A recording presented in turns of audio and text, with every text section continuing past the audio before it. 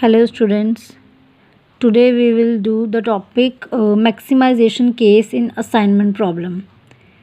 For this, first of all, जब भी हम कोई असाइनमेंट प्रॉब्लम को सॉल्व करते हैं we always need a loss matrix, that is जैसे कि हमारी मिनिमाइजेशन प्रॉब्लम होती है उस टाइप में हमें एक प्रॉब्लम चाहिए होती है. बट अगर हमारे पास केस मैक्सिमाइजेशन का हो, मतलब कि मैक्सिमाइजेशन केस का मतलब है कि आपको जो डाटा जो मैट्रिक्स दिया हुआ है उसमें आपको इस टाइप का डाटा दिया हो कि आपको सेल्स दी हुई हैं, आउटपुट दिया हुआ है या कोई प्रॉफिट दिया हुआ है. बेसिकली आपने उसको मैक्सिमाइज़ करना है. ठीक है. So in this kind of problem firstly आप क्या करोगे, उस जो मैक्सिमाइजेशन प्रॉब्लम को, क्योंकि जब हमारा असाइनमेंट का जो वो मेथड है वो हमेशा मिनिमाइजेशन प्रॉब्लम की जो टाइप होती है उसी पे ही लगता है, मतलब लॉस मैट्रिक्स पे ही लगता है. सो फर्स्ट ऑफ ऑल हमें उस मैक्सिमाइजेशन प्रॉब्लम को कन्वर्ट करना पड़ेगा.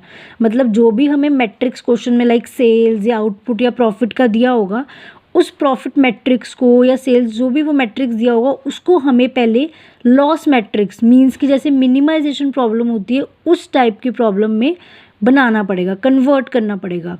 So for this we have to do what, हमें जो भी हमारा मैट्रिक्स है उसके सारे एलिमेंट्स को उस मैट्रिक्स के हाईएस्ट एलिमेंट में से माइनस करना है.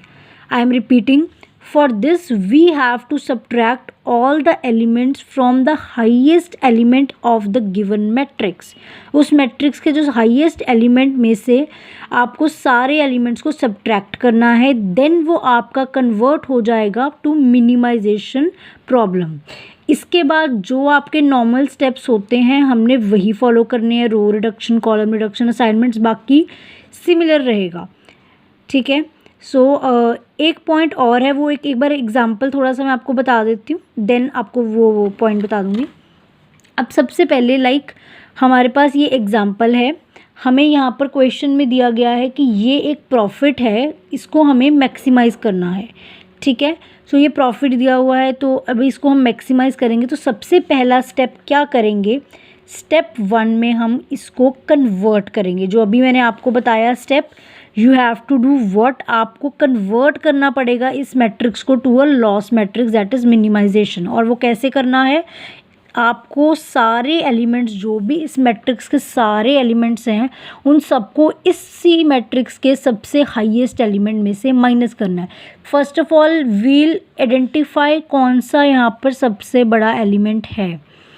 तो according to inspection we can clearly see कि जो 41 है that is the highest element.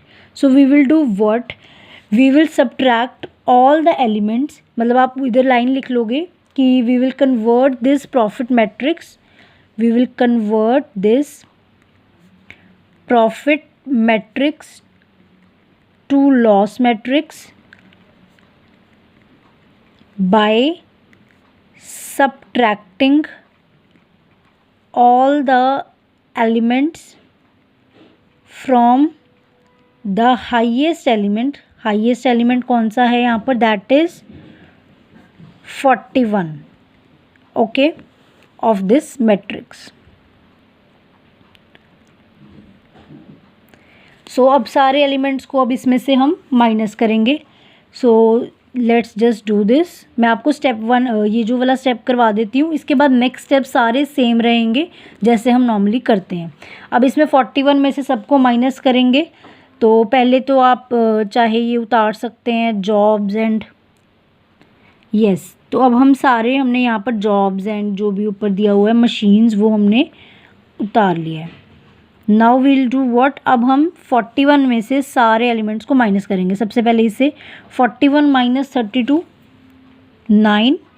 Similarly यहाँ पर 41 में से 40 माइनस किया तो 1 आ जाएगा, then 0, then 41 minus 22 will be 19, 41 minus 29 जो है दैट विल बी 12.